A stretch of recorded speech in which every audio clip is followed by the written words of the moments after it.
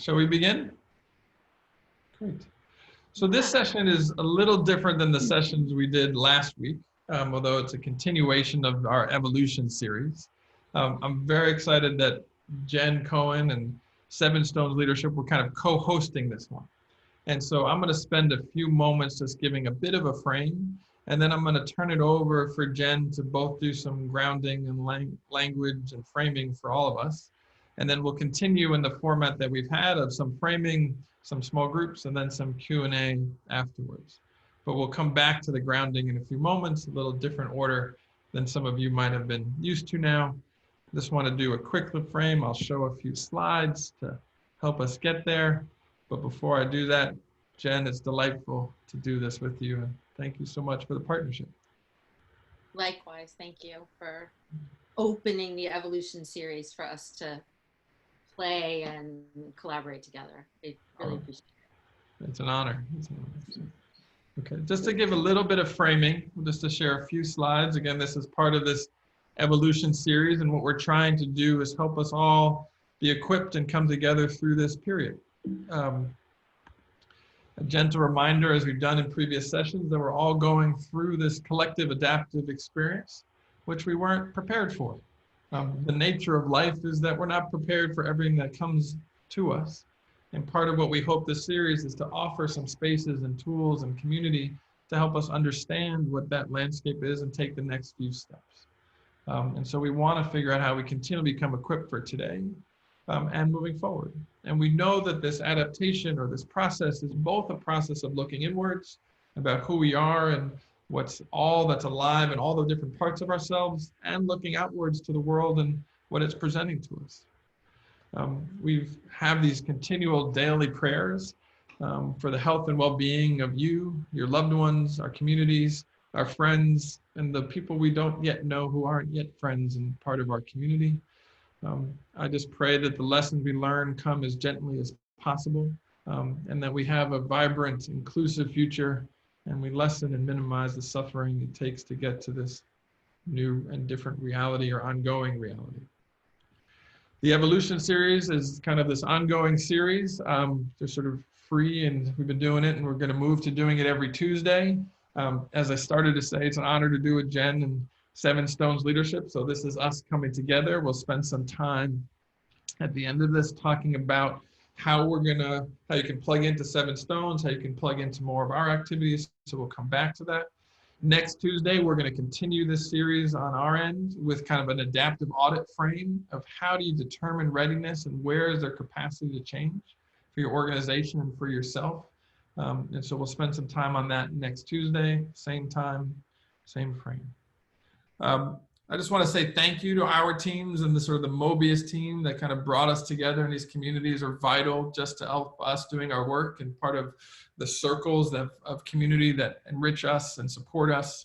But that's been a beautiful part to see that community and other communities kind of come together, as well as just an honor getting to know the Seven Stones community and team and everyone there. So part of what we wanted to focus on today, and I'm just going to do some very brief framing and then hand it over to Jen, is really the sort of question of sort of healing to move forward, or what is the work we need to do, or what do we need to be present to that allows us to step into the reality that exists now and moving forward. And we've talked a little bit about this last week, but also the sort of this frame that part of moving forward is a process of letting go. How do we create the conditions where the past can move into the past? How do we create some spaciousness for everything that we have and need to experience? And how do we sort of do that process of letting go? And in a very real way, letting go is a lifetime's worth of work. And it's amazing to me every time I let go how quickly something comes in to fill that space. But there are things that we are forced to let go of that we might have liked or not, but there is some letting go that needs to happen in the moment. And that'll really be the focus of some of what we're talking about today. It's also a kind of a process of holding. What are we holding on to? How do we hold on to things? How do we hold on to what's precious? How do we hold on because we're not yet ready to let go? And what is the process of letting in? And how do these things relate to each other? One of the things that's happened in this crisis is that there's a whole landscape of letting go that's kind of happening simultaneously. One of the reasons why this is daunting and exhausting and confusing and very real and very tender is that this whole landscape of letting go is happening outside of us, inside of us, in our routines, our beliefs, our habits. In no way is this an exhaustive list, but this is just the landscape that was present to us as we were thinking about this. But all of these are happening and happening simultaneously. And so that's why we thought it would be really useful to spend today thinking about and honoring what is the process of letting go? What does that landscape look like? How could we begin to think about and understand and experience some of that? And so in a real way, that's our focus for today. And in my beautiful kind of life adventure, everything I've seen and done, my experience with Jen has been both some of the most beautiful grounding in my actual experience of what's happening inside my body, inside my system, inside my reality. And Jen and Seven Stones Leadership has done so much work to kind of understand this landscape. What is the contours of it and how do we begin to walk into it? So I'm going to turn it over to you, Jen, and ask just to share whatever it is that comes to you, but hopefully, as you know, and as we talked a little bit about, maybe some grounding, and then wherever you want to take us. Thank you, Jen. Thanks, Zander. Again, I just want to really acknowledge and appreciate the evolution series that happened last week. All of the beings who've been seeding this space of coming together and community and a place to gather energies and fortify to go back out another day in the midst of all of this, or stay in another day, I guess, in the midst of all of this. So thank you, Zander, again, for opening that community for us to explore, collaborating together and see where our joint work can take us and take all of us together. So, so I want to add to what the landscape, hopefully that wasn't too daunting, a landscape of letting go for all of you. But I want to say, even in normal life, even in regular life before this moment, we're in a constant process of letting go and holding on. So there's something incredibly natural about that process. We let go of an idea. We let go of a stage of life. We're constantly evolving, really. And there's a natural letting go that we may not even hold within our awareness that's happening. So we have within us the capacity to metabolize and process and let go and hold on to what we need to hold on, and then sometimes hold on in ways that are not supporting our growth. We'll talk a little bit more about that later, but I just wanted to say that this process is going on all kinds of levels all the time, from really little things, like literally, like I had an idea, never mind, I have bigger fish to fry, right? Or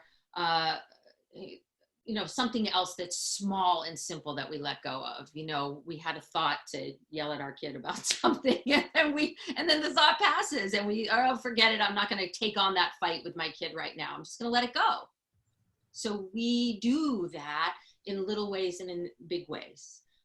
But as Zander said so beautifully, we're not usually doing all of it on all the levels all at the same time. Letting go of an idea, letting go of a thought, letting go of a ritual, letting go of a job, letting go of a relationship, the big things and the little things. And we're literally trying to stay with all of that at the same time. And it's a huge challenge for the human organism and the human spirit to do that. And both Zander and I felt like it was important to create a space for people to pause, to do a little piece of that work, so that we have some space created inside of us to be able to move to the next thing, because we're having to do all that really simultaneously right now. So enough about that. We want to do a little bit of, we're going to do a grounding, but we're also going to do a little bit of a somatic practice of holding on and letting go, just so we can do the somatics of that. We can do, which is also happening all the time in the body. We contract and we expand. We contract and we release. We hold and we let go. So it's in us at the cellular level, at a physiological level, at an emotional and spiritual and psychological level. So if you feel safe enough in the environment that you're in, you can let your eyes close. If that's not appropriate, either for you personally or because of the context that you're in, you just let your eyes be downcast. And we're just turning the attention to the inner space, letting the stimulation from our voices already, from the environment you're in, just begin to subside. Letting your attention come within.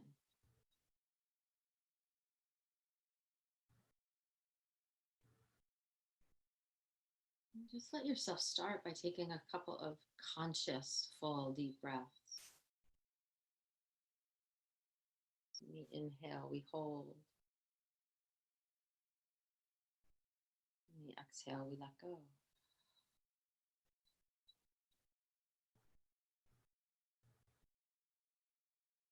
And we inhale. We gather and hold at the top of the inhale.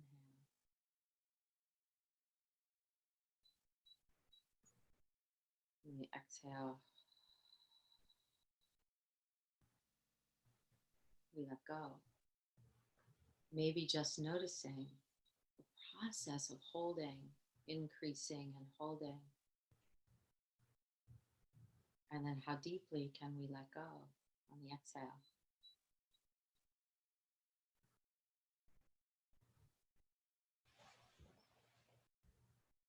One or two more, inhaling, holding at the top of the inhale for 1 or 2 or 3 breaths.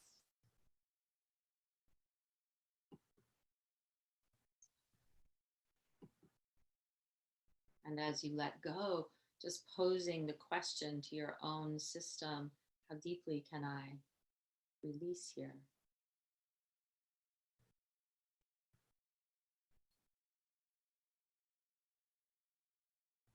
And now just take a moment and on the inhale, as you hold at the top of the inhale, I want you to also tighten right around the belly, contracting as tight as you can around the belly muscles and just holding on to the tightness, holding for 2 or 3 or 4 breaths.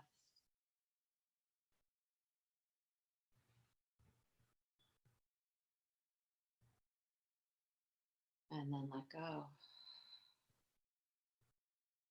Let the belly soften.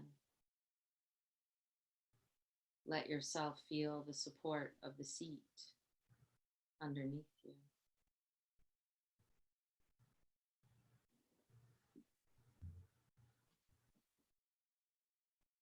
And this time when you inhale, this might be a challenge for some of us. See if you can actually pull up from the earth, pull and contract through your feet and into your legs, holding, pulling away from earth on the inhale. Hold in the legs, hold in the breath.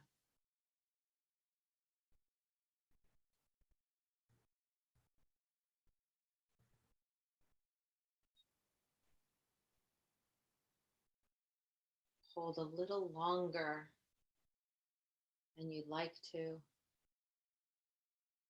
And when you're ready, in your own time, just release it.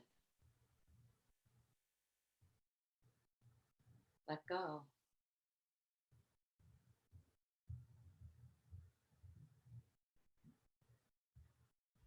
Letting yourself notice maybe energy flowing through the legs and into the feet.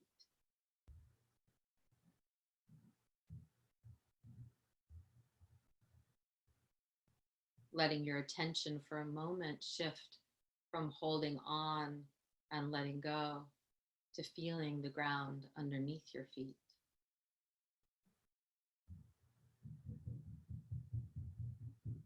You might even imagine that you have roots.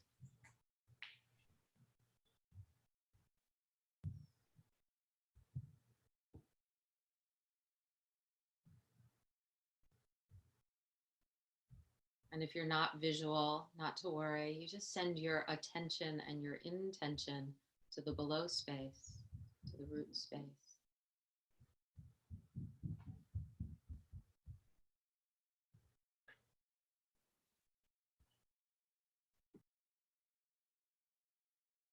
And if you're feeling particularly ambitious in this moment, you can let your attention be both on your root system.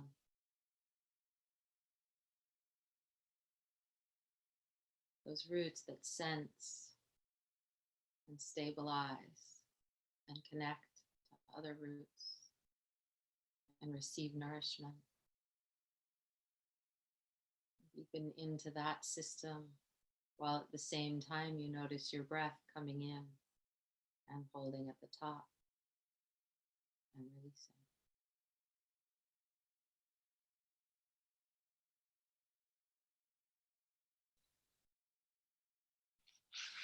We'll just end the grounding with a poem.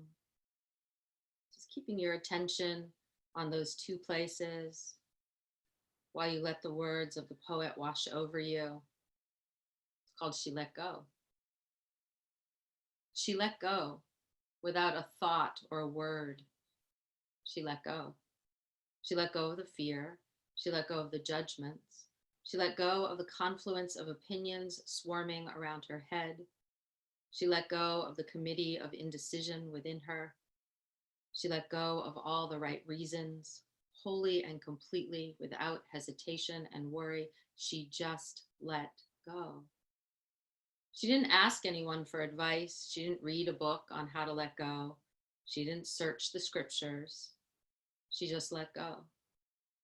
She let go of all the memories that held her back, of the anxiety that kept her from moving forward, of the planning and the calculations about how to do it right. She didn't promise to let go. She didn't journal about it. She didn't write the projected date on her day timer. She made no public announcement and put no ad in the paper. She didn't check the weather report or read her daily horoscope. She just let go. She didn't analyze whether she should let go. She didn't call her friends to discuss the matter. She didn't do a 5-step spiritual mind treatment.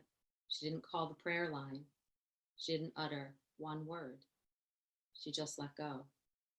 No one was around when it happened. There was no applause or congratulation. No one thanked her or praised her. No one noticed a thing. Like a leaf falling from a tree, she let go. There was no effort, no struggle. It was neither good nor bad. It was what it was. And it was just that. In the space of letting go, she let it all be. A small smile came over her face. A light breeze blew through her, and the sun and the moon shone forevermore. When you feel ready, taking a deep breath, letting your eyes open, letting go of the space of grounding and meditation, handing it back over to you, Mr. Zander. Is that good? You ready?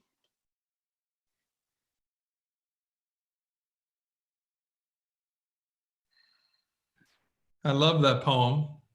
And the first time I read it, I didn't know you could do that. I didn't know you could just let go. I didn't know that it was possible to do that. And so it's refreshing to hear that poem and to explore the possibility of that.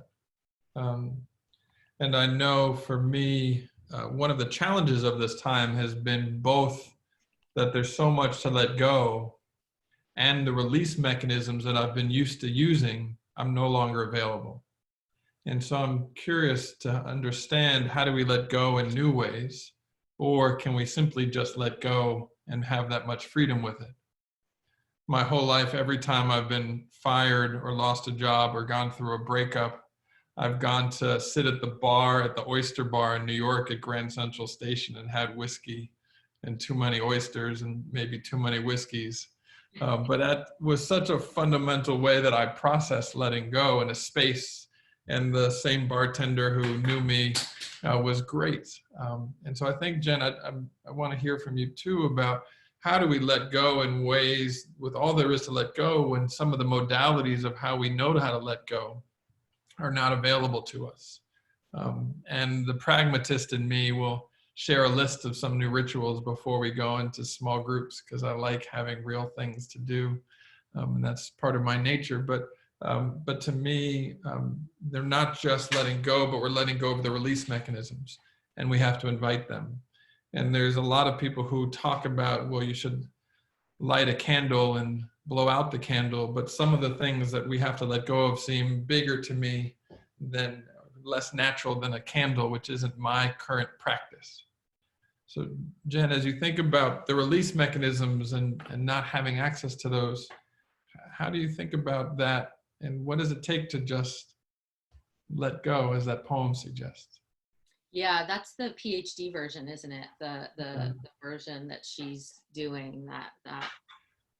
And I think it's an accumulation of skill to really notice we're holding something and simply let it go. So that poem feels aspirational to me, not necessarily what any of us are capable of doing, especially with the bigger things that we're contending with, right? The letting go is a process. It's the whole grieving process for some of these bigger things that we're letting go of. But I will say something, because I know you love the pragmatics and I know those are harder for me, that Gina and I did. So Gina is my business partner at Seven Stones. And as we have been going through our own, oh my God, shock, trauma, grieving, what has just happened to us in the world, we did a really simple thing that, for Gina would report if she were here, was a pivotal moment for her. And it was this: we made a list. We made a list of all the things that were suddenly taken. Seeing each other was on the list, right? Going to the gym for her, she had a whole long list of all the things that were just evaporating. And lists don't work for everybody. Nothing works for everybody. But for Gina in particular, it was like, oh, once there was this list of things, big and small, in front of her, she could start to engage with it in a way, right? We can't engage with what we can't see or feel or sense, if it's not within our awareness, we can't contend with it. So bringing it to our awareness, from my point of view, is our first letting go ritual, if you will. And I just want to reinforce what you said, Zander, which is, ritual is kind of a funny word, isn't it, in a sense, because you had a ritual going to the oyster bar, but you didn't call it a ritual. I mean, maybe you did, but you just did the thing, right? You just went and drank your whiskey and ate your oysters and talked to the bartender. And we're only calling it a ritual now, almost, right? So I think that word can mess people up. I mean, I think it's really generative for some people, but if it's a word that messes you up, it's more just like some way to acknowledge what you're letting go of. I know for me, there's a practice where you hold a pen, you hold a water bottle, and you grip it with all of your strength. And as you start to grip it with all of your strength, what happens is you're so aware of holding on to it, and you lose all understanding of how much that thing actually weighs, right? It's a very physical way I've understood that, how I hold on to things.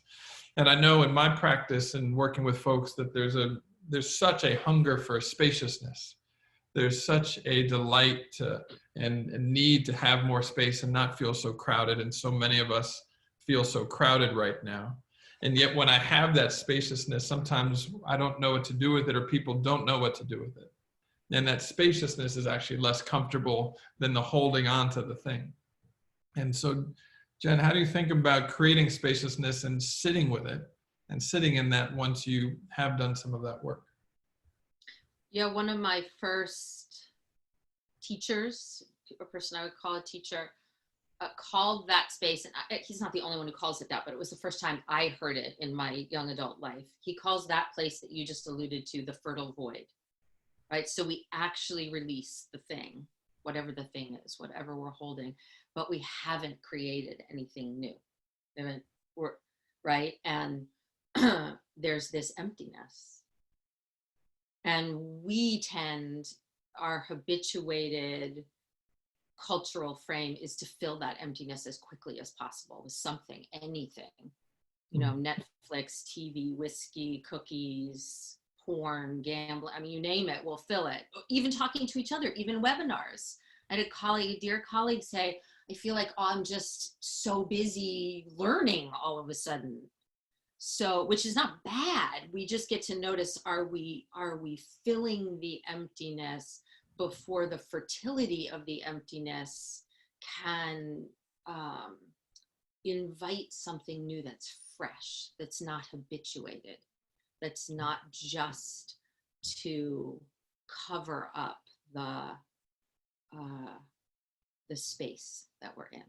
And that capacity, I don't know about you, Zander, but for me, the practice that has had me cultivate that capacity to stay right there between the in-breath and the out-breath, between, well, two, one, body work, which is not so accessible right now, so that's kind of a bummer. Yeah. And the other is meditation, which is super accessible right now. Yeah. Super accessible, and a practice that I think invites us to be able to hang out in that pause. Yeah. Place between. Yeah, so I think maybe we'll share some resources for folks on those, and meditation to me has been a gift. And being a New Yorker, my early meditation practices were essentially imagining my thoughts as kind of 80s graffitied subway trains. And I would watch these kind of thoughts come in, and then I would acknowledge them and then let them go. And then obviously there was this moment of being so conscious of whose trains were they? They weren't even my trains. And they had no kind of, you know, current value to me, and how I was holding on to these thoughts. And there's really some simple practices that can do that. In a moment, Jen, I want to share this kind of list of rituals that you and I came up with. Okay, great. But I also just want to acknowledge that it's a luxury to think about spaciousness in that. And that part of what people are letting go of are very real, tangible things. I've sort of, in the last 24 hours, lost the second person I know to the COVID crisis.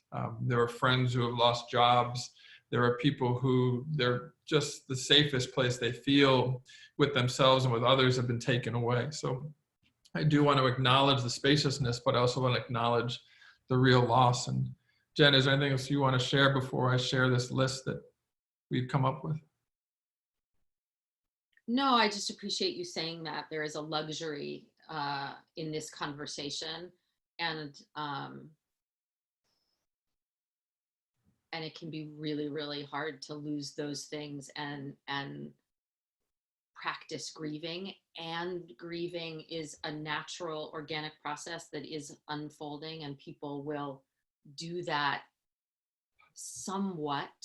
And, you know, this happened on our last call, Zander. Somebody asked a question, and I said, well, the good news is anything you didn't get to process will be there waiting for you when you're ready to process it. And for some people, there isn't time right now, right? They've lost something so substantial. They're scrambling. Their attention is on very immediate, really important survival things. And rituals and letting go and all that kind of stuff isn't really available right now. And that's okay too. That's okay too. So Jen, I'm going to share this short list that we came up with, and then I'll turn it back to you to sort of help set up the small groups in a moment. I know I shared last week, I think, that my mantra last year was let go or be dragged.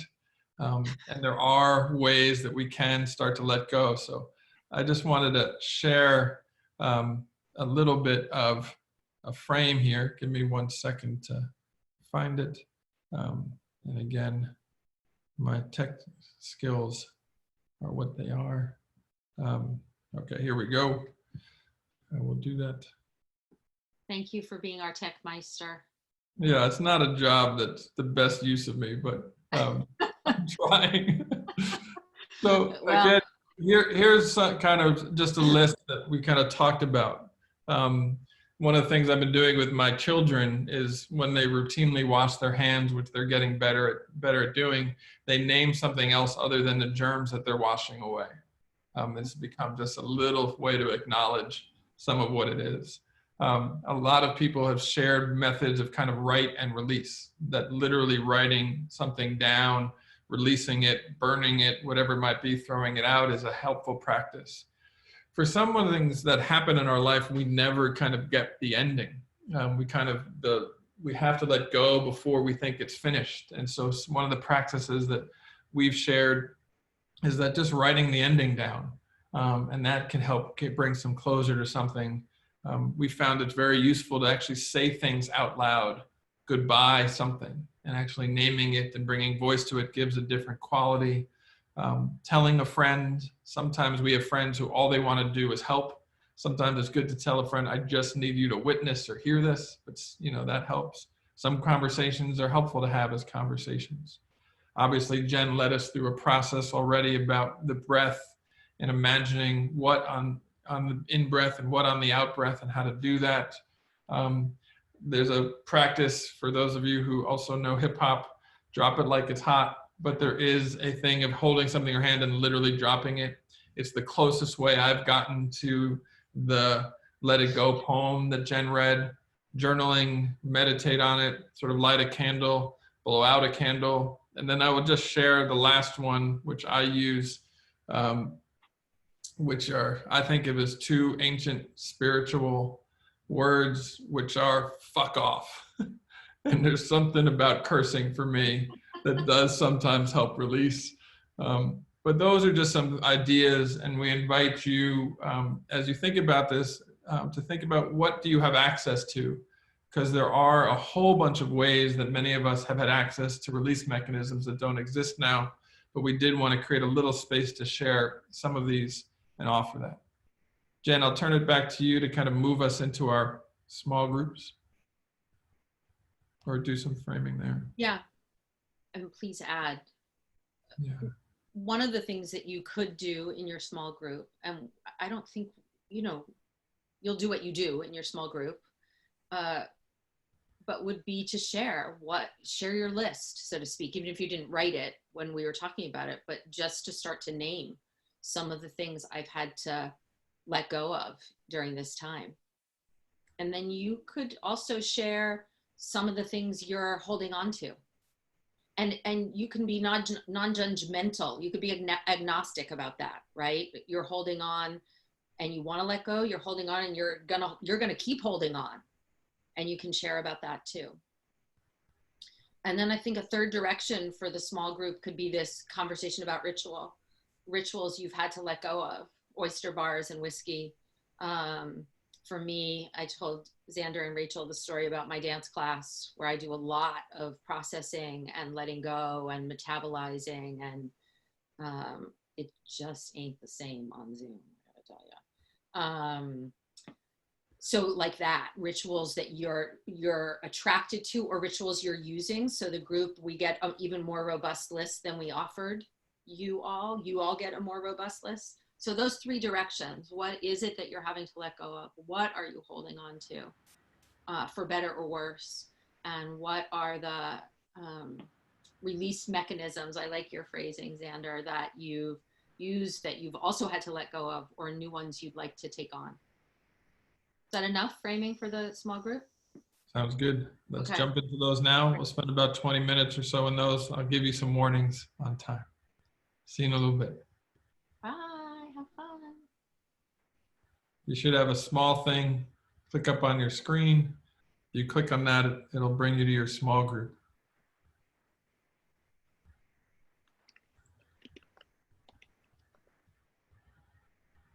You should have access to your small group.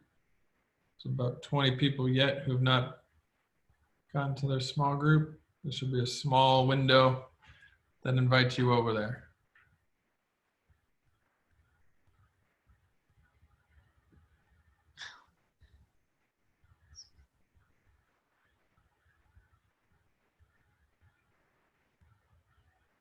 Jen, you know that this whole part is on the recording too. Me too. We got people in small groups, but it looks like we got only about 8 now. A few of whom might have signaled that they can't do the small groups. Yeah, a few people signaled it in the chat too. Okay, I have a hard time following the chat and the conversation. So I know it's really it's intense. But I want to read you something in case you did miss it. Somebody said, "Wonderful ancient wisdom in those 2 words." Zander. So, that's good. It's like a quotable quote. yeah, That's sounds good. good. Yeah. So Jen, we'll keep them in groups for about 20. Probably bring up 5 minutes to the hour. Okay. And then, do you want to speak to the counseling organization just so we? Oh, sure. Before we end, yeah. Superheroes.com. Yeah. Yeah, I can say something about a little something. It's not, yeah, I can say something about it. That's great. And there are a lot of coaches on here too. So if they want to volunteer, that's great. Sounds good. That was fun. Thank you. Yeah, that was good. Yeah, it's great. Okay, good. So you want to sign off for a few minutes and I'll just stay here and manage the room, or do you? No, I'm happy to stay. I mean, Okay. Rachel, looks like Rachel's busy, but Yeah. last time we created our own little group, which we could do, which we wanted Yeah, to. let's do a little bit of that. Grab my water here. That's the only thing I didn't do that I wanted to do. Yeah. Great. Hi, team. Hi, Coy. How are you? Wonderful. How are you both? Good. Great. What are the characteristics of a koi fish? Of an actual koi fish? Yeah. They're pretty symbolic, aren't they? It's the one of the. I don't want this on the recording. We will talk offline. I'll tell you a story in the recording about koi fish if you want to. Yeah. Just to help pass the time too. My uncle was driving around New Hampshire, and he's driving in some scenic road, and he passes a billboard that has our last name on it, Grashow Construction. And we had no knowledge that we had any family up there. And so he follows the signs of this business, walks in the business and uses those ancient words and says, "Who the fuck are you?" And it turns out that this was a portion of our family that 2 generations ago had a fight and that none of us had spoken to since. And that there was a married couple and they had a son.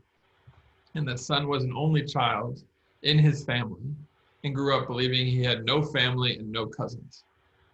And so we created a family reunion. I did within 2 months of hearing this, invited him obviously to come, and he walks in, and I orchestrated a little bit, but he walks into a circle of men who were kind of first there, all of whom were between 6 foot, 6'4", blue eyes, same complexion. And you just saw him kind of melt into this family and brotherhood that he had never known. And at that time, I think he was 18, and it was just amazing.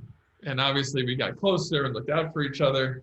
And eventually my father and mother went up to visit his parents in New Hampshire. And they stayed over there and they had this lovely dinner. Then everybody went to sleep. And my father, who couldn't sleep, got up and he started sort of walking around, and he went into the kitchen and he heard this whirring noise, this mechanical noise coming from the basement. He was quite confused about what it was.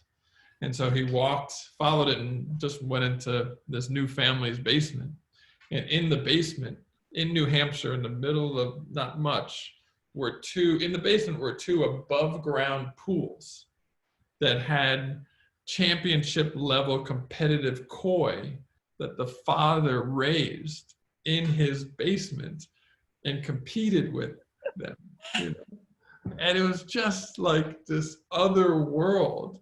And to me, it creates this imagery of what are people doing in their basements in the world? What are people? God, you don't want to know. Yeah, you don't want to know at all. But just these magical fish swimming in these circles in Japan and New Hampshire and other places. Xander, exactly can they compete for? I mean, what does that mean? Everything from the design, the sort of purity of, it's like purebreds and the scale and elegance and coloring. And Okay. some are more rare than others. And yeah. And he would take them out and remove a scale and look at it under a microscope and give them nutrients. I mean, it's amazing what people can get good at. I really did not know where you were going with that story. Have you heard that story before? No, and that's not where I thought it would land. So that was a new one for me too. Me too. Man. Yeah. Jen, I had a few people just reach out about the fertile void, for example. I think it'd be wonderful I'll include the poem, but if you have any other resources you want to point people towards, I just did a quick search. Just want to make sure it's the most credible source, and then I'll make sure to put those into the meeting notes. Okay. Yeah, I see somebody wrote the fertile void ? And then somebody else wrote yes. I don't know if there were other back channel communications directly to you. Yeah, I get some direct messages, but yes, I definitely found a Dr. Julie Hannon page, but I just want to make sure it's your credible source. So beautiful framing. Thank you, everybody. See, what time are you going to bring people back? 9? 10 minutes now. Okay. I'll tell them 8 minutes. Great.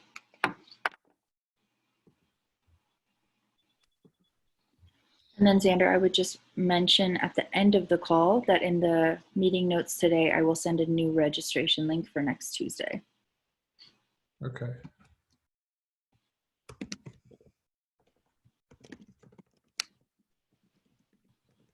I'll tell them 8 minutes in small groups. Oh, you can talk to them? We can send them messages, yeah. I don't think we've learned yet how to just do a voice command over all small groups, which just feels very like the PA omnipotent. Right? Yeah. God is descending upon small groups to speak. You have 5 minutes left in your small group. Right. Yeah. Right. Yeah, no. I've heard a bunch of framing that this is going to be the decade of mental health. I can't, when I hear that, I think what was happening the last decade, but it just seemed to me that something's going to be happening with all of us having this shared psychological, spiritual, emotional experience. But it's really interesting to me what resources and tools and communities people will need in ways they haven't or always did, and now even more. So I think that conversation would be really productive to have together. Yeah.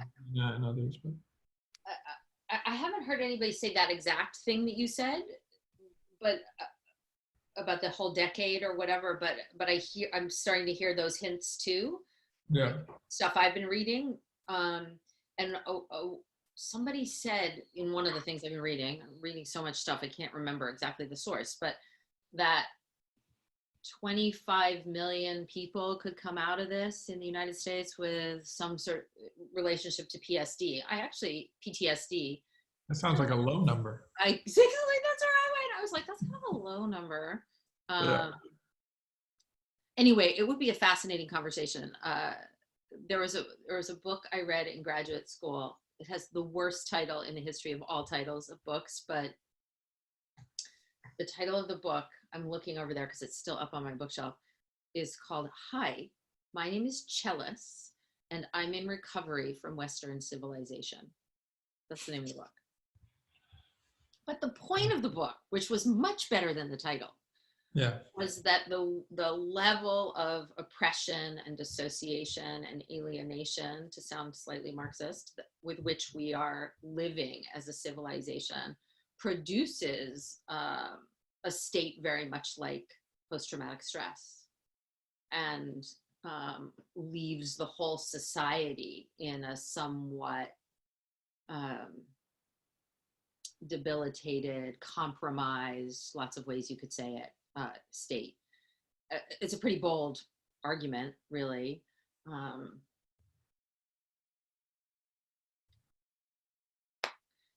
So Have you seen the documentary Hypernormalization?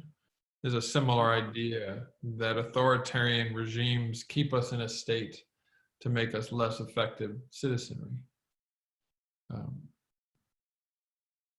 right, our attention is scattered. We're attending to survival at all times, right? All of those things that make it nearly impossible, not totally impossible, right, to lift our head and dream a new future or become creative or all of those things. Yeah. Mm-hmm. Or fight back. I'm just going to tell them 4 more minutes. Jen, do you want me to kind of facilitate the Q&A, or do you want to follow the hands? No, go for it. I don't mean to put it on you, but I'm happy to do it. Okay, great. Go for it. It was called hypernormalization. I'll send you a link to it. Yeah, we can put, yeah. Wow, the decade of mental health. I think it's also going to be the decade of disruption. I think this is the first, I hate to say it, I think this is the first of many significant disruptions. I think it's entirely related to what lessons we learn in this one.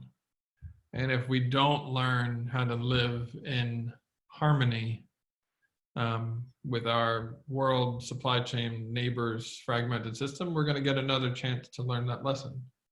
I really think it's highly dependent on that. I agree. And so let's learn it fast. And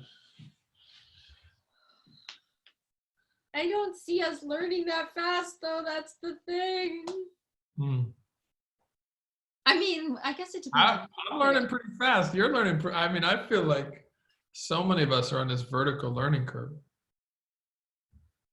And I think the real question is going to be, how is my consumerism different on the other side of this? How is my plane travel? How is my system of who I'm in contact with?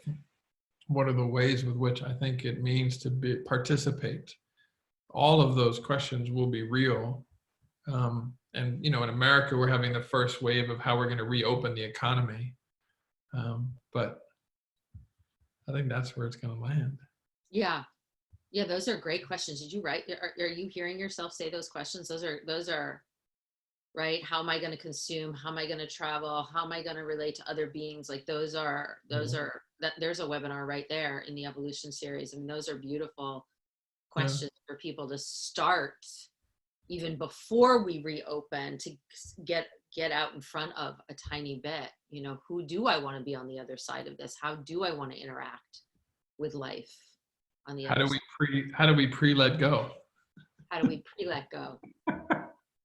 Right. I mean, give it up now, as opposed to keep longing to return to something. How do we really I love traveling, right? I love travel, and it's hard to argue with the carbon footprint of those flights.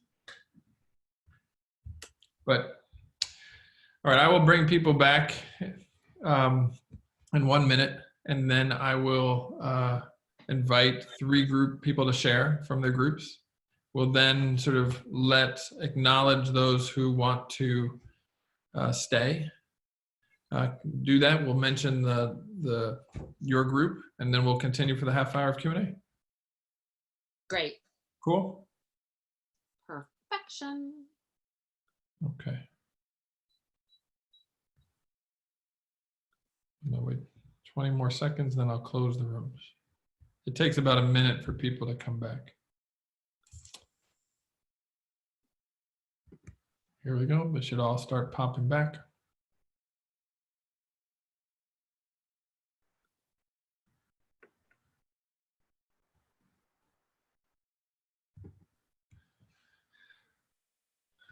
Welcome back from your groups, from your rooms. We'll just wait a minute for everyone to rejoin.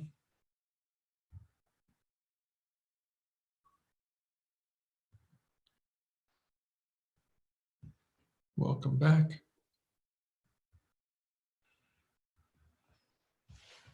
In a moment, we'll do what we have done and invite 3 people to share the conversation from their groups.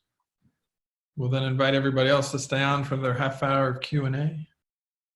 But in a moment, as people return, we still have a lot of people in some of the rooms. They should be coming back in just a few seconds. So again, hope you were able to have space in your conversations, your rooms. We'd like to hear from 3 people. Again, we've been using the function to raise your hand so we can acknowledge you and hear your voice of what came up in your small group conversations. Let's hear from 3 people.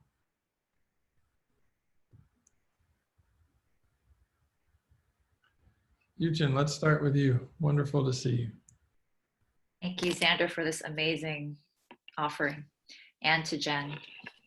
I want to share that what happened in our group was I found a very beautiful sharing of some of the things that we're grieving, some of our losses that we are wanting to let go of. And that in and of itself felt, for me, healing.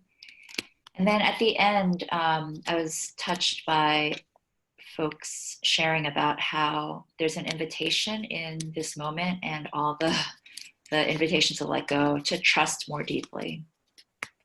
And that there's a hope in pivoting to trust and the qualities that trust inspire us to. So not to ignore or skip over the grieving, but to find more trust. Thank you, Eugene. Anne, let's hear from you, and then we'll hear from Deborah after that. Hello, everyone.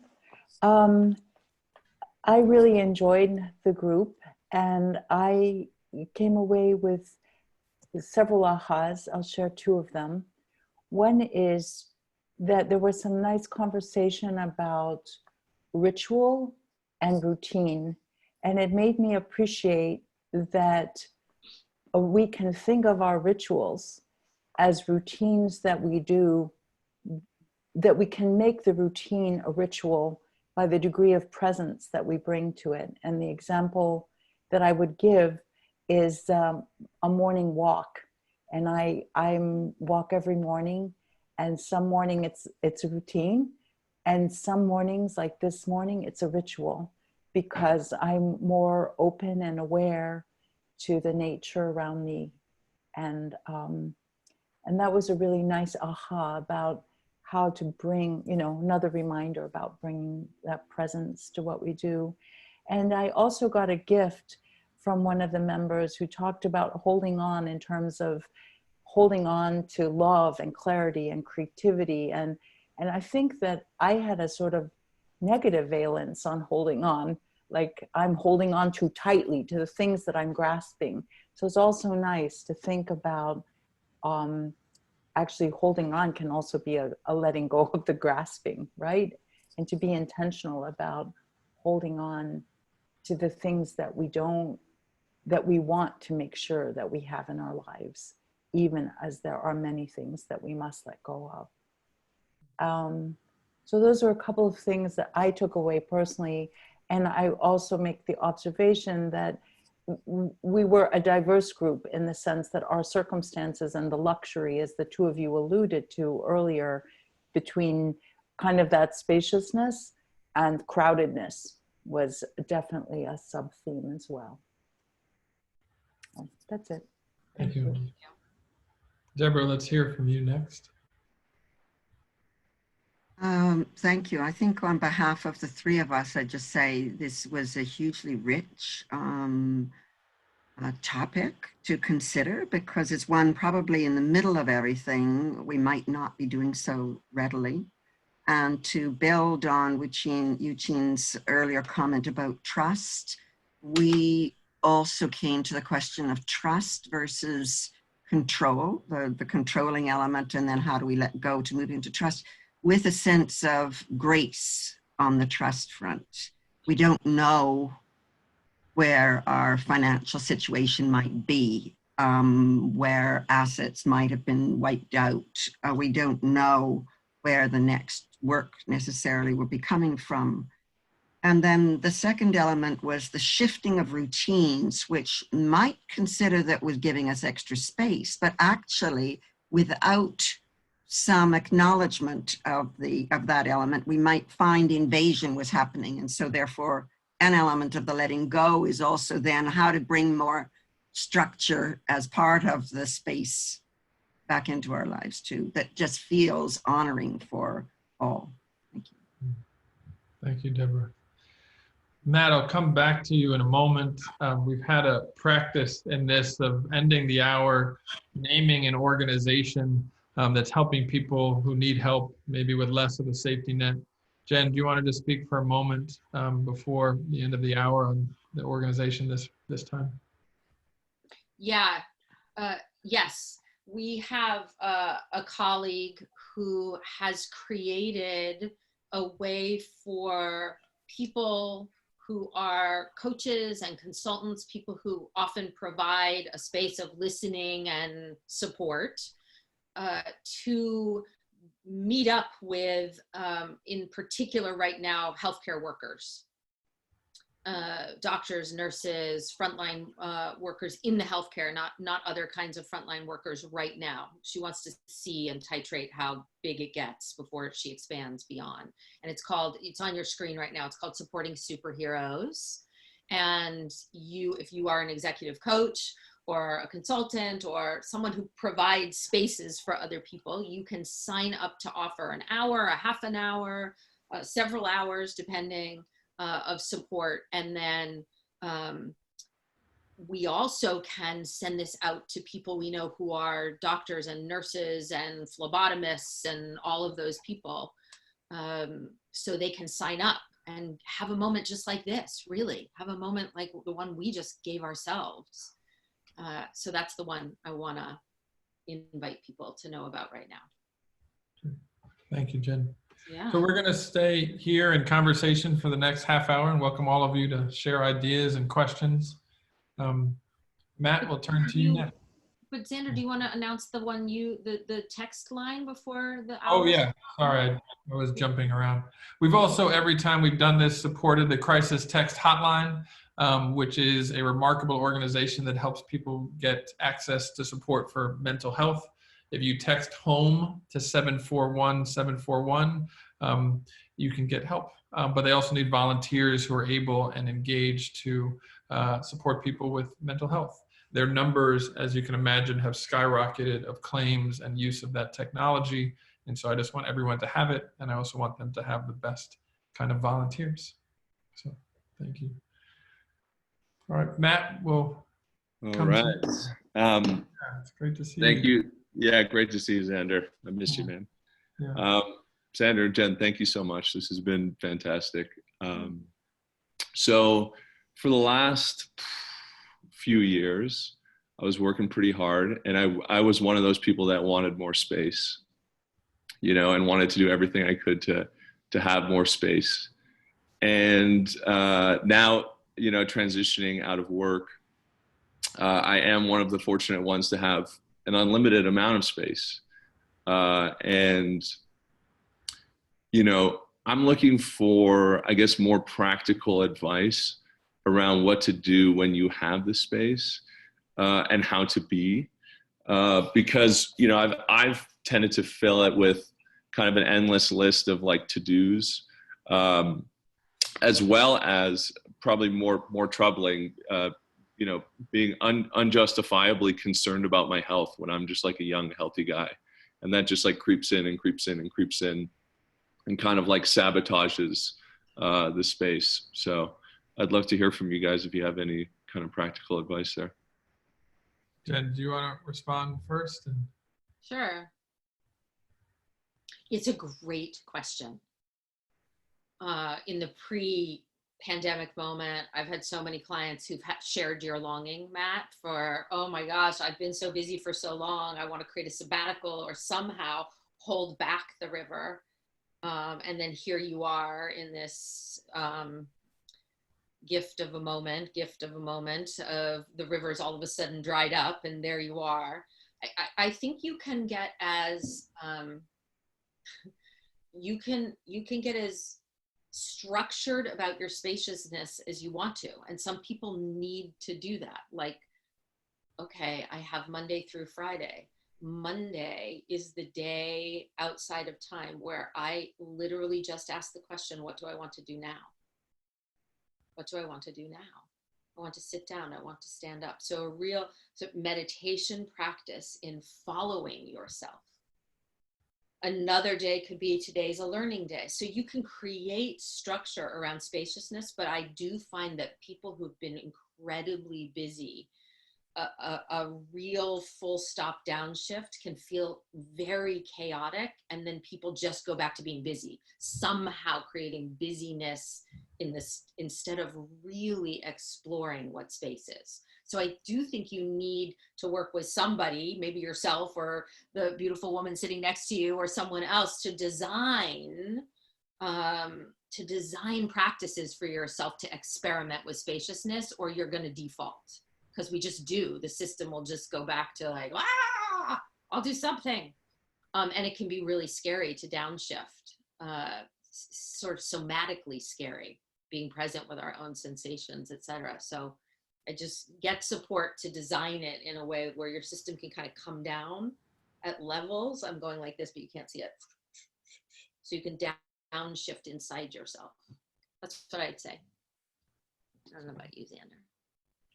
Yeah, I mean, I love structure, and I taught human figure drawing for a number of years. And when I would tell people to do open space, beautiful drawings, the drawings would come back average. And when we had some question or structure we were exploring, the beauty and creativity would come up. And so I am a big fan of creating spaces. I also it's remarkable to me how good we've gotten at training people to do good dental hygiene, and how bad we've gotten about hygiene of the other aspects of ourselves. So what is emotional hygiene? What is spiritual hygiene? What is relational hygiene? And so there's a way, sort of also connecting to the previous question of how do we turn things into ritual, is how do we have healthy practices in those other domains? And when we get into those real domains of what does hygiene look like spiritually, then we find stuff to do and we find generative spaces. And so I love the productive part of you, Matt, and I love giving that part of you different questions as the entry point, rather than hoping empty space will just be generative. And that's certainly been good for me. I also would just say I'm going to sit longer with spaciousness that's uncomfortably, a little bit longer, and see what comes up, has just been a healthy practice. And just sit in it a little bit longer. And my desire to make lists and do those things is a really beautiful way of my hiding from myself. And so just trying to notice that and be gentle at the same time. Thank you guys so much. Yeah, of course. Erica, let's turn to you now. I guess it's more of a comment in thinking of, lots of times when we were talking about like the letting go, like the things that we have to let go of.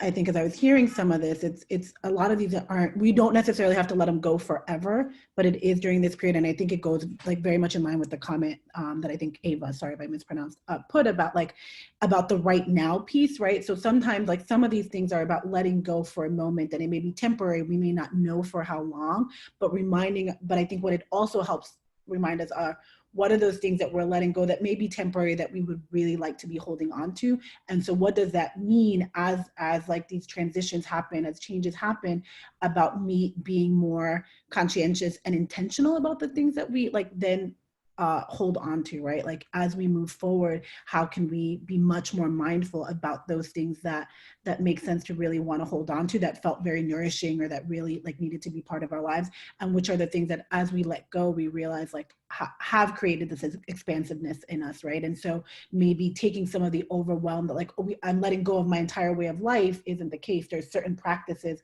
that now are changing, and maybe I'm letting go of them temporarily, just like I'm struggling with this right now, I think are helpful for us to think about. Yeah. Jen, any thoughts or frame on that?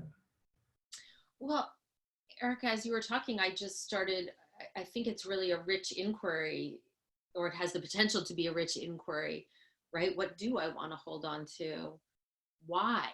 And then the next question, like, why would I want to bring that back when this is over? What has it been giving me? Is there something new? You know, so my mind just, Zander went to a whole bunch of inquiry questions that one could engage in if one wanted to or had the space or time to.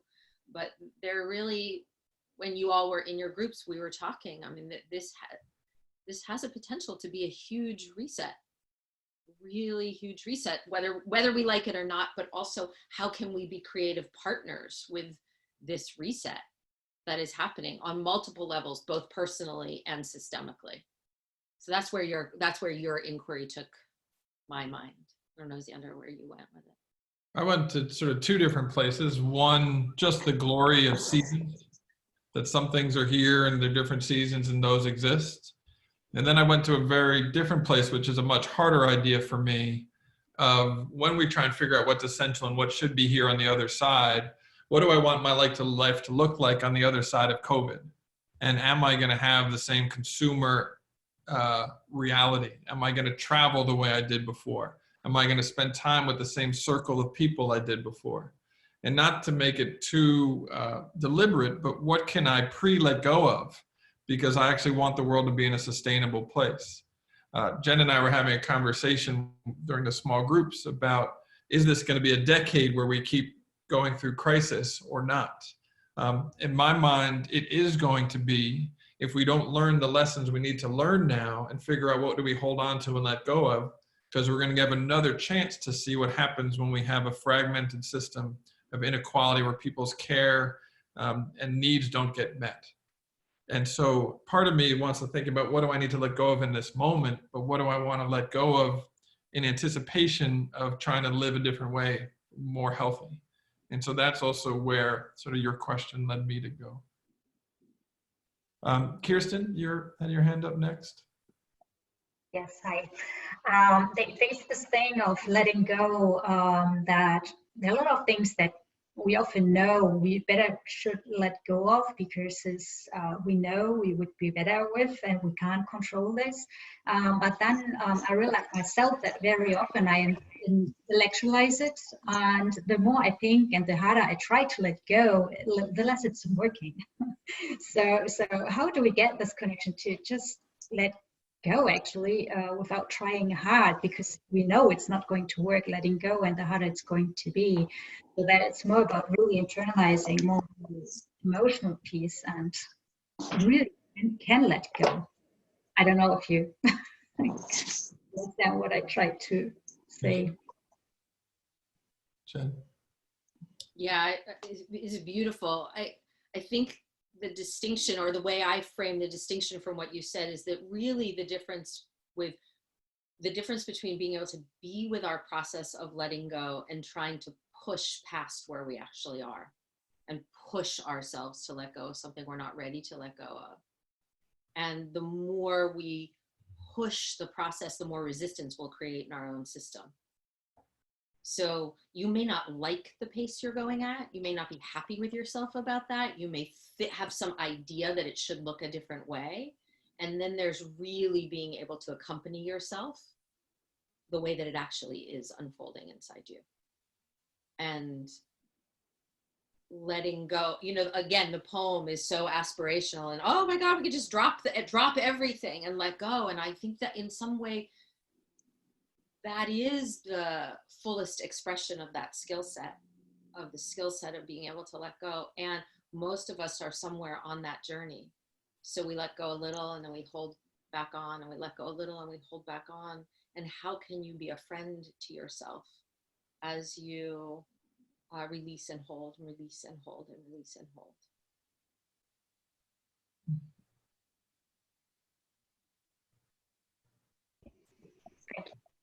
I don't know if you want to add anything, Zander, or say something. I mean, the two things I would talk about are avocados, because avocados has taught me the lesson of what is ripe and what's not ripe. And I used to buy too many avocados, and then they would all be too bad, so I couldn't make guacamole. And then someone told me about a year and a half ago that you could put half of them in a brown bag and then they'll ripen quicker than the other ones. And so part of it, I think, is just honoring what Jen has said of trying to be really sensitive to what is ripe and what is not ripe. And that what can I do to be in relationship with to ripen, or my experience of it? What can I take for a walk of exploration? I think is really helpful. And I know for me, connecting to the comments that came before, the 3 comments before, the control or not letting go is very much in my head. And it's very much directly about where I'm trying to let go from. And the controlling part of me, of my head, doesn't want to let go, because that's a part of me that isn't connected to faith or grace or trust. And so if I actually want to let go, I rarely get some of the success by exploring in my need for control in my head. And I have to go to some of that other territory to land in a place and ripen that experience to make it easier or sooner that I can let go.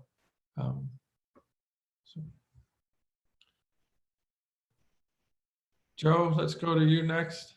Thank you. Just to add to your tips, Zander, you can put an apple in the brown bag or a tomato with the avocado and it will go even faster. You know what was my big insight today? I was thinking about what do I want to let go of.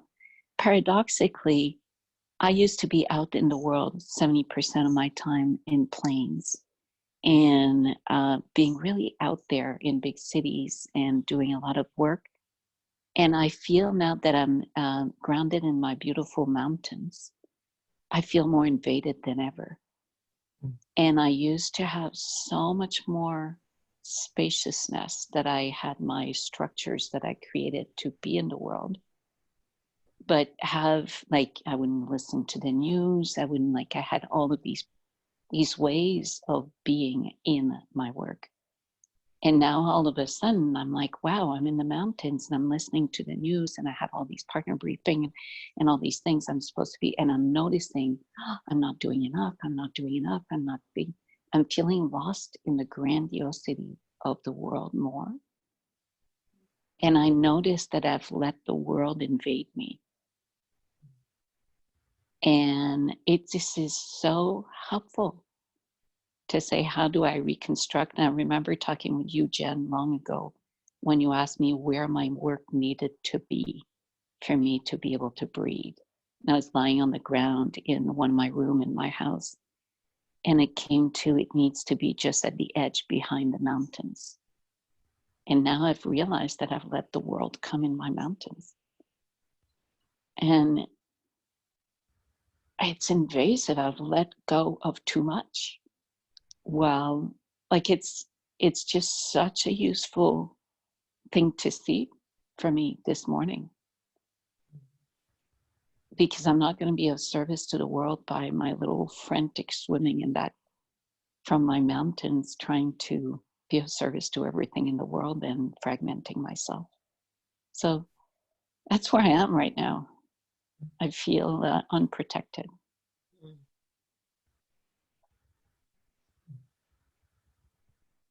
Yeah, honey, I think you're speaking to something so important, right? It's so disorienting what's happened to us, everybody.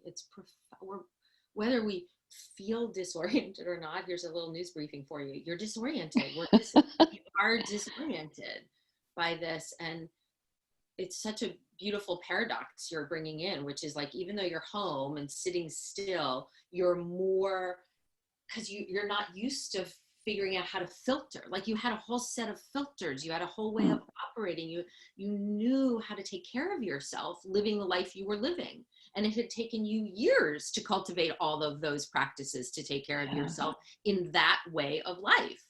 And now you literally have an entirely different rhythm and routine and way of life, and you haven't sorted yet how to actually filter and take care of yourself and not be invaded by the world. And it doesn't matter that you're, quote, sitting still. Life is still, thanks to all of the technology, still coming in. So it's beautiful. And I really hear you saying, like, this gave me a chance to pause and really ask, how do I much more rapidly, because you could just organically over the course of years, cultivate ways of being with your lifestyle. Now you've got 5 minutes to figure out how, or you're going to start to drown, right? You're going to start to really feel it. So it's fabulous, and you'll take the time that it takes, but it is accelerated. Everything is quickened right now. Yeah. It's great. It's really cool. Yeah. And you have tons of resources to talk to people now that you've had that idea to go like, I know. how do I know. feel? No, it's a interesting paradox. Yeah, that too. Yeah. Thank you. Kevin, can we hear from you next? Yeah. I have so enjoyed these talks and the gifts that everybody is bringing to this. I thank you for that. Sharing in my group, in my processing all of this change and shift, meditation has been a key part of that. And I ran across a meditation offered up by Liz Gilbert, who wrote Eat, Love, or Eat, Pray, Love. And this was on Insight Timer. And it was one of the most impactful statements I think I've read that's been most helpful to me. And she said that she does two things. She says she writes herself a love letter every day. She's done that every day for the past 20 some years. And she said that the opposite of fear is not courage. The opposite of fear is compassion. And I've been practicing that and working with that. And I offer that up to folks here that that might be something useful to think about, even as we're in this frenzy of what do I do? How do I do it? What's next? How do I adapt? The practicing compassion for oneself, I think, is perhaps one of the most important things we can do. And I would offer free advertising for Liz Gilbert, but this was on Insight Timer. So if you have a chance, you might go and take a look at that. It's I've listened to it almost every day since I've discovered it, and I'm practicing what she's offered up, and that's been extremely helpful. So that's it. It's such a lovely idea or experience to get a love letter every day, even from yourself, or even best from yourself. I love that practice. It is, yeah. I'm also very conscious that letting go or going through a pandemic, when you go to sleep at night in a bed alone, or when you're part of a couple, is very different. Oh yeah. The reality that people are facing as they go through this. And that to have compassion for yourself when you're much more self-reliant or alone is different than when you have someone mirroring all of that with you. I think is quite different. So it's a beautiful practice to invite. It is. My wife has been an integral part of my sanity. I'm happy for both of you. Lucy, let's come to your comment next. My comment is about all these healthcare workers who are inside the hospitals working frantically and are highly adrenalized and, stormed with both their technical skills, using their technical skills, as well as practicing compassion, as well as learning how, practicing teamwork, all of this just incredibly frantic experience for them. And I was speaking to some of them last week, and one of the leaders said, we have to help each other stop. It's the letting go piece. We have to step out of the scene. We are oscillating beings that, just as we breathe in and breathe out, our heartbeat is oscillating and rhythmic. We have to step out of the franticness and just pause and help each other. The healthcare workers have to help each other get out of the scene, walk away from it, even for 5 minutes, breathe regularly, find their rhythm, their breath again, and then go back in. And without that, they really don't have the executive functioning that they need. They lose it, and they're always in amygdala hijack. So I feel like that is a fabulous, all this holding on and letting go, this metaphor is so helpful on in so many different realms. Yeah. So I'm thinking a lot about what they're going through and how all of what we're talking about can help them. Yeah, that's great. I think that's really also why, Jen, the organization you talked about is so critical now. One of the things that Jen also shared, there was some data that came out that 25 million Americans are going to have PTSD after this. That number seems so low to me. And first of all, it's not an American number. And so I think there's both, as we think about what's the work we have to do in this phase versus the next phase, and be generous for caring for those who have sacrificed. That's where I think we can apply some of these skills and spaces too. Yeah, they can't sleep. They're so tired, but they can't sleep. Yeah. Bless them. And there are organizations that are supporting them. And I think all of us are trying to do what we can to lessen the load that's happening there too. So, other comments, other questions, other reflections of the session today, or things to share?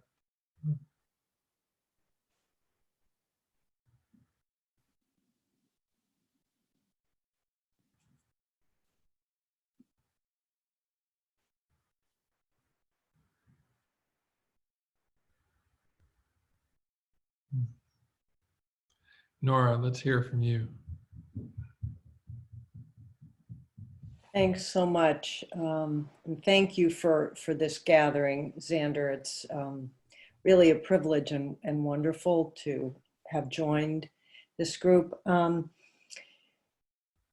a licensed psychotherapist, and one of the most, the things that stuck with me when I was in my training was a comment that my supervisor at the time, who was this wonderful, sage, wise woman, ahead of me, way ahead of me on the path. And she said at one point, I was worried that I didn't have enough empathy for my clients. And she said to me, it's very hard to have empathy for others if you don't have it for yourself. And that came to me as I was listening to what we were just discussing a few minutes ago, this thing about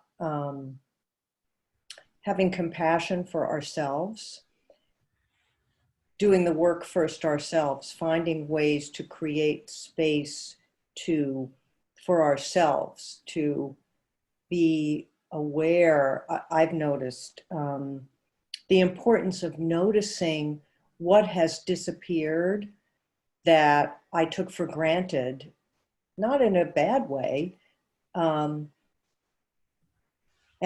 having that awareness be this portal through which I can begin to look at what really is important moving forward, and what do I want to keep in my life. And I guess what I'm saying is, I think that holding still, doing this kind of work that we have the privilege and the space to do, then makes us, I hope, and I believe, more able to then help others do the same down the line. Because I think there's going to be a lot of work to do with these, however many million have been on the front lines in various ways. So. Thank you. Yeah. I think it's really interesting to try and figure out what is the calculus of what we have to let go of, from everything that we've had to let go of that we've just been through, to what we think we might have to let go of for what's coming. Not just for the health workers who've been on the front line, but how society might change or need to change. What are the skill sets, capacities, competencies of letting go? And we're gonna be faced with all of that, I think, in some real ways. Yeah. Jen, do you want to give some final or framing closing thoughts for us? And any thoughts about how people can connect to Seven Stones and the work and what's coming?